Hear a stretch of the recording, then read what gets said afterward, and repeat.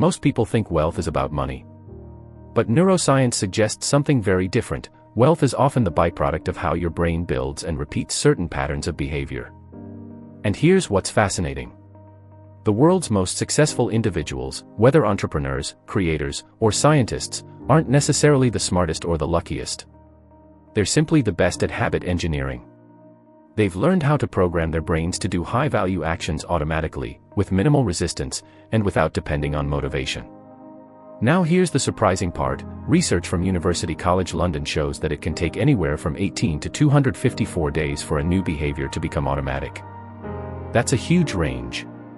So why can some people lock in new success habits so quickly, while others struggle for years? Let's take a look at what neuroscience tells us about how the ultra-wealthy condition their brains, and what you can try today, just for one day, to experience the same shift.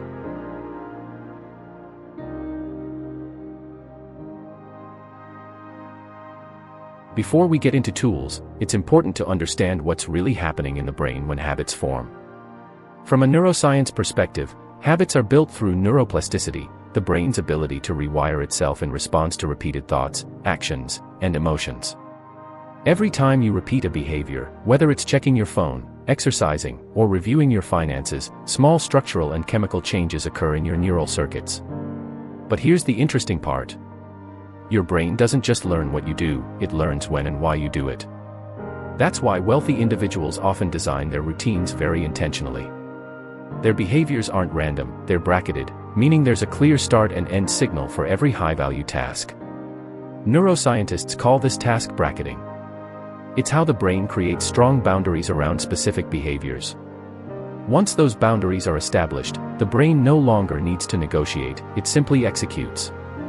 That's one of the hidden neural advantages of the ultra-wealthy. They've removed unnecessary decision-making by embedding their key actions into predictable, repeatable loops.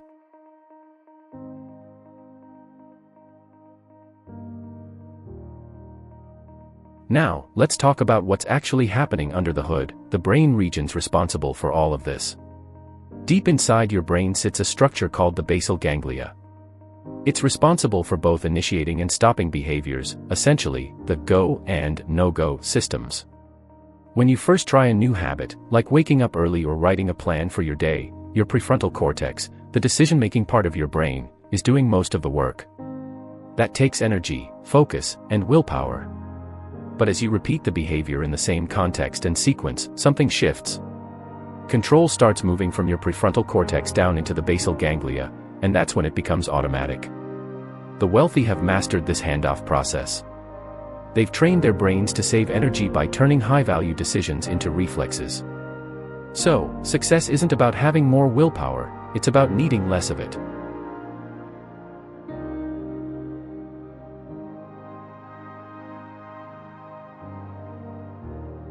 Now, how can you start using this same neural mechanism today? Here are a few tools that neuroscience shows can make a real difference.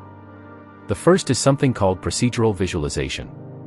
Before performing a high-value habit, like reviewing your goals, doing focused work, or exercising, take just 30 seconds to mentally rehearse the sequence of steps. Picture yourself going through it, sitting down, opening the notebook, completing the task, finishing strong.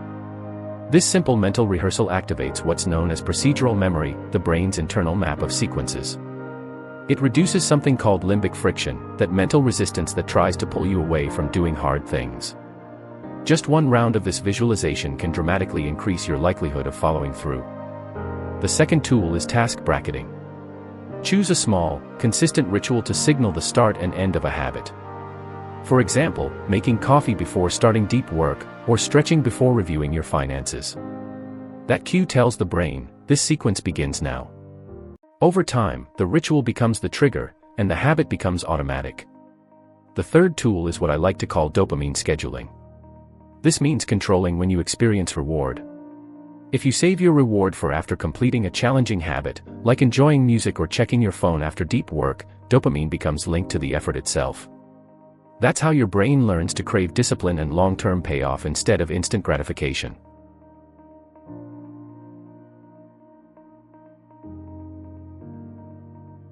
Let's ground this in a real-life example. Imagine someone who wants to start reading for 30 minutes every morning before checking their phone. On day 1, their limbic system screams for dopamine from notifications. But instead of giving in, they use procedural visualization. They picture walking to their reading spot, opening the book, reading the first paragraph. Then they apply task bracketing. They make a cup of tea before reading, and place a bookmark at the end. They reward themselves with their favorite playlist afterward.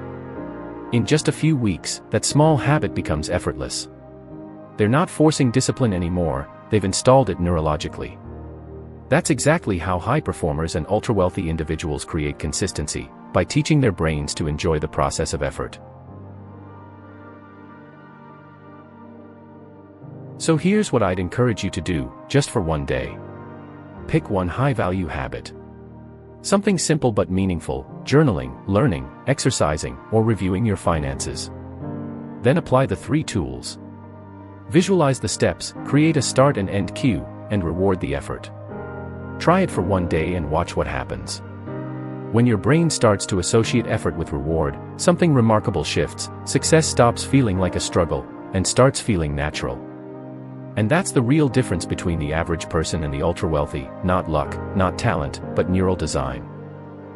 Keep exploring how psychology shapes wealth. Subscribe so you don't miss future insights.